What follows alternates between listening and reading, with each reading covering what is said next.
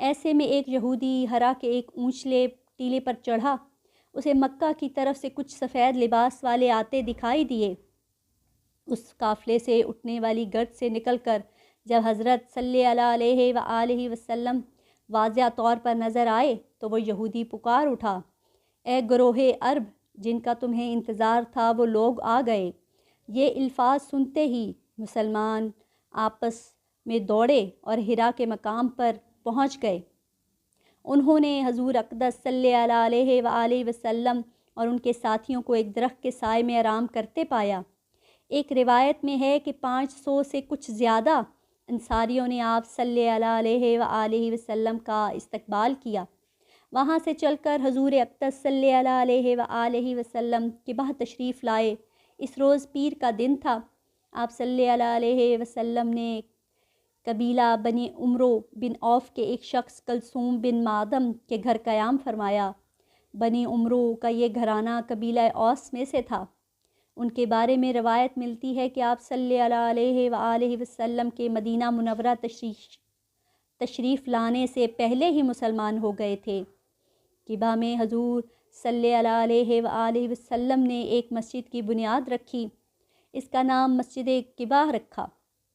اس مسجد کے بارے میں ایک حدیث میں ہے کہ جس شخص نے مکمل طور پر وضو کیا پھر مسجد قباء میں نماز پڑھی تو اسے ایک حج اور عمرے کا ثواب ملے گا۔ حضور اقدس صلی اللہ علیہ وآلہ وسلم اکثر اس مسجد میں تشریف لاتے رہے۔ اس مسجد کی فضیلت میں اللہ تعالیٰ نے سورہ توبہ میں ایک آیات بھی نازل فرمائی۔ قباء سے آپ صلی اللہ علیہ وآلہ وسلم مدینہ منورہ پہنچے۔ جو ہی آپ کی آمد کی خبر مسلمانوں کو پہنچی، ان کی خوشی کی انتہا نہ رہی۔ حضرت براہ فرماتے ہیں کہ میں نے مدینہ والوں کو حضرت صلی اللہ علیہ وآلہ وسلم کی آمد پر جتنا خوش دیکھا اتنا کسی اور موقع پر نہیں دیکھا۔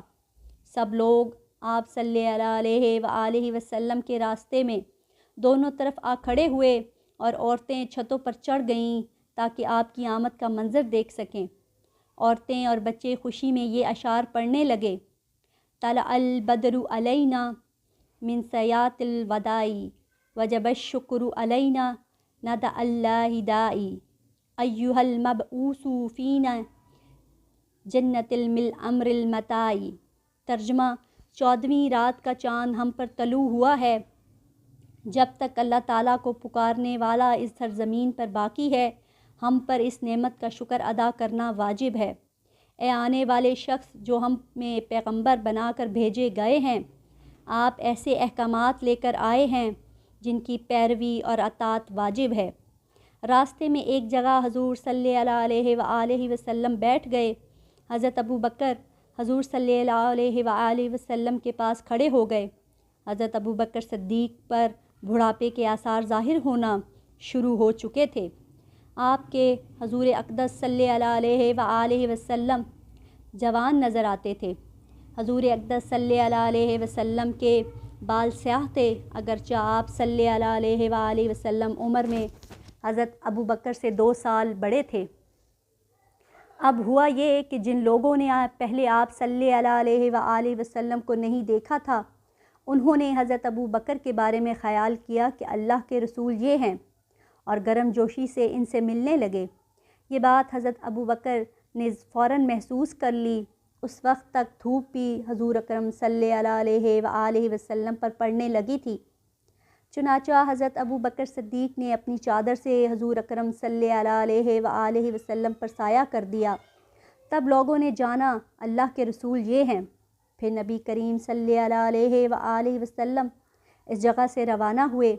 آپ صلی اللہ علیہ وآلہ وسلم اونٹنی پر سوار تھے اور ساتھ ساتھ بہت سے لوگ چل رہے تھے۔ ان میں سے کچھ سوار تھے تو کچھ پیدل۔ اس وقت مدینہ منورہ کے لوگوں کی زبان پر یہ الفاظ تھے، اللہ اکبر، رسول اللہ صلی اللہ علیہ وآلہ وسلم تشریف لے آئے۔ راستے میں آپ کی خوشی میں حبشیوں نے نیزہ بازی کے کمالات اور کرتب دکھائے۔ ایسے میں ایک شخص نے پوچھا، اے اللہ کے رسول، آپ جو یہاں سے آگے تشریف لے جا رہے ہیں تو کیا ہمارے گھروں سے بہتر کوئی گھر چاہتے ہیں؟ اس کے جواب میں آپ صلی اللہ علیہ وآلہ وسلم نے ارشاد فرمایا، مجھے ایک ایسی بستی میں رہنے کا حکم دیا گیا ہے جو دوسری بستیوں کو کھا لے گی۔ اس کا مطلب یہ تھا کہ دوسری بستی کے لوگوں پر اثر انداز ہو جائے گی یا دوسری بستیوں کو فتح کر لے گی۔ یہ جواب سن کر لوگوں نے نبی کریم صلی اللہ علیہ وآلہ وسلم کی اونٹنی کا راستہ چھوڑ دیا۔ اس بستی کے بارے میں سب کو بعد میں معلوم ہو گیا کہ وہ مدینہ منورہ ہے۔ مدینہ منورہ کا پہلا نام یثرب تھا۔ یثرب ایک شخص کا نام تھا، وہ حضرت نوح کی اولاد میں سے تھا۔ مدینہ منورہ میں نبی کریم صلی اللہ علیہ وآلہ وسلم کی آمد جمعے کے روز ہوئی، چنانچہ اس روز پہلا جمعہ پڑھا گیا۔